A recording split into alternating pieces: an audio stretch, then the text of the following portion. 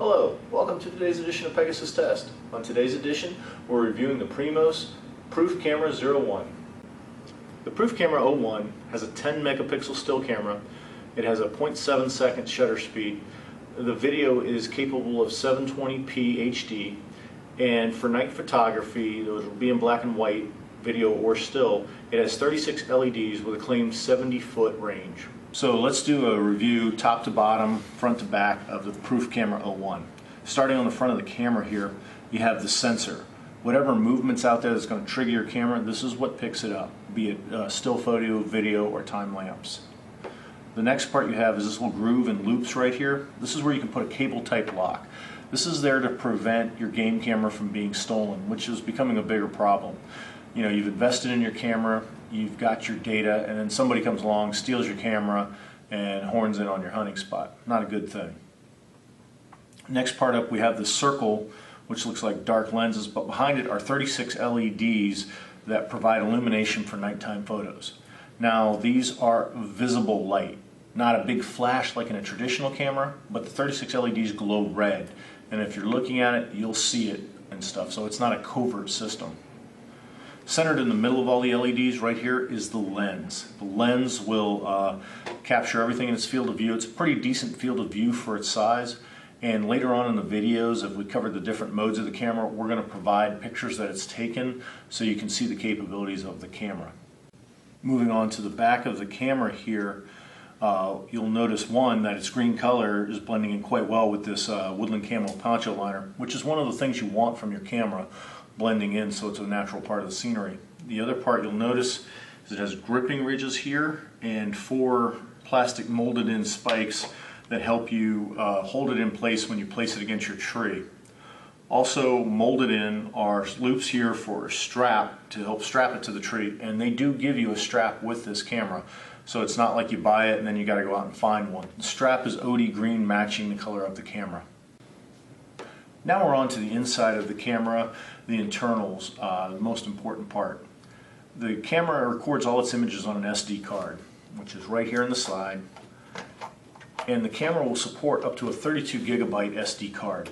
The camera does not come with any SD card, so you have to factor that in your cost when you purchase this. Of course, the amount of gigabytes on your card affects the cost of the card and the number of photos / videos it'll hold. Moving on to other items here, you have 3 sets of switches here, and everything's color coded. Yellow means photographs, green means video, orange means times lapse. In the modes you have 2, high and low resolution for photos, high and low resolution for your video, and just a time lapse mode where you don't control the resolution. In your photo mode, you can have a burst setting. So when the camera trips, it can take anywhere between 1 and 5 photos per tripping, which with the shutter speed between, you can get an animal or an object coming in, say, from the left side of the camera and get photos of it to the point it exits on the right side of the camera. Down in video, that mode works a little different. It's how long the video will record for each trip. And you start out at a minimum of 5 seconds, and then you have 10, 15, 20, 30, and 60 seconds. So every time your camera goes off, depending on what you set, that's how long the video will record for, regardless of the motion it's detecting. And your next setting for time lapse is how long the segments are in the time lapse video. From 1 minute, 2 minutes, 5 minutes, 10 minutes, 30 minutes, or 60 minutes. And in those segments, the camera will go off every so often. If you say go off once a minute, it'll keep going off once a minute, or once every 60 minutes on the other end of the extreme. And you get a compilation of all your photos when you download it. The last setting you have here is your delay, anywhere from 3 seconds to 30 minutes. That means once it's snapped a photo or video, that much time has to pass before it'll snap the next one. 3 seconds, obviously you get a lot of photos. 30 minutes between, you get a lot less. And depending on the traffic in your area, that determines how long you want to set that for, and that's kind of a judgment call by the feedback you get when you check your camera. We've used this camera in a suburban neighborhood as just kind of a checking on what happens at the house when we're not home, and we have found that a 10 or 30-second delay is best, because as cars go by, people walk their dogs, you get a lot of photos of the same thing, and you can fill up your camera real quick. Next, you'll notice over here is where all your batteries are. It takes 8 AA batteries, and the manual states that under normal operation, those 8 AA batteries will power the camera for up to 9 months.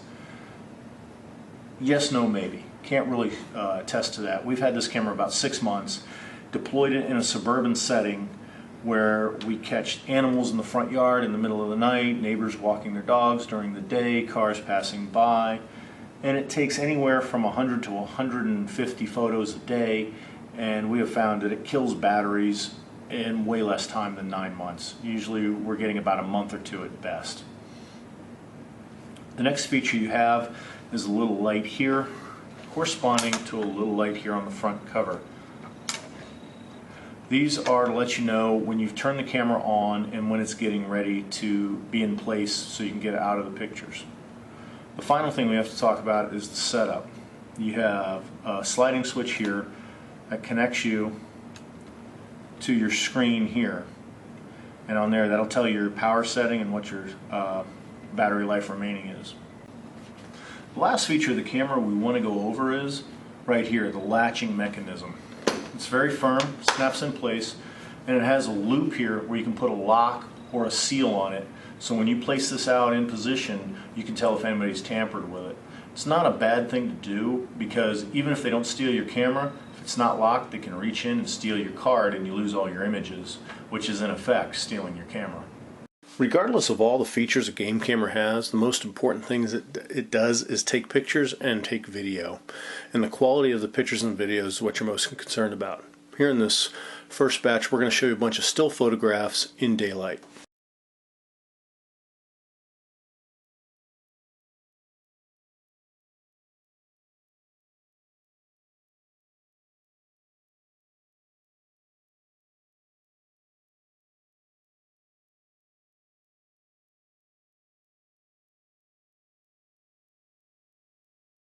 The next feature of the camera is its ability to take still photographs at night.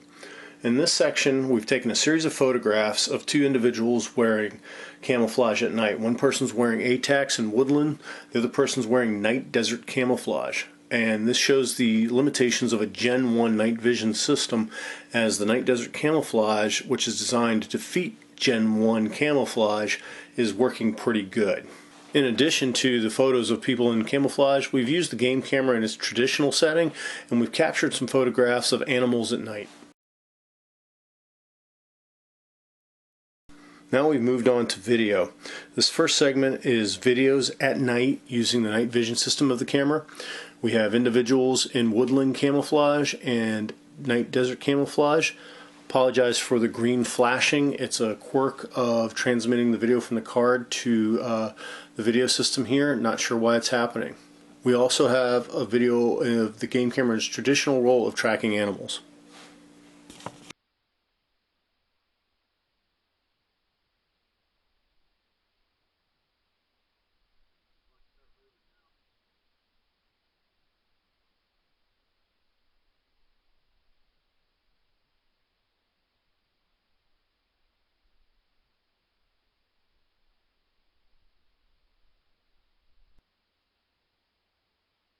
Last but not least, we have some daylight video capturing some birds in their natural environment. The Primos Proof Camera 01. It's a good low quality camera that can allow you to deploy multiple systems for low cost. It has video, still photo, and time-lapse modes, and for an introductory camera, it's not a bad deal. You can generally find these at Dick's and major sporting goods stores for in the $50 to $60 price range, and it's not a bad investment if you're just getting started in game cameras. We'd like to thank you for tuning into today's edition of Pegasus Test. We hope you comment, like, and subscribe, and tune in for future Gear Test videos.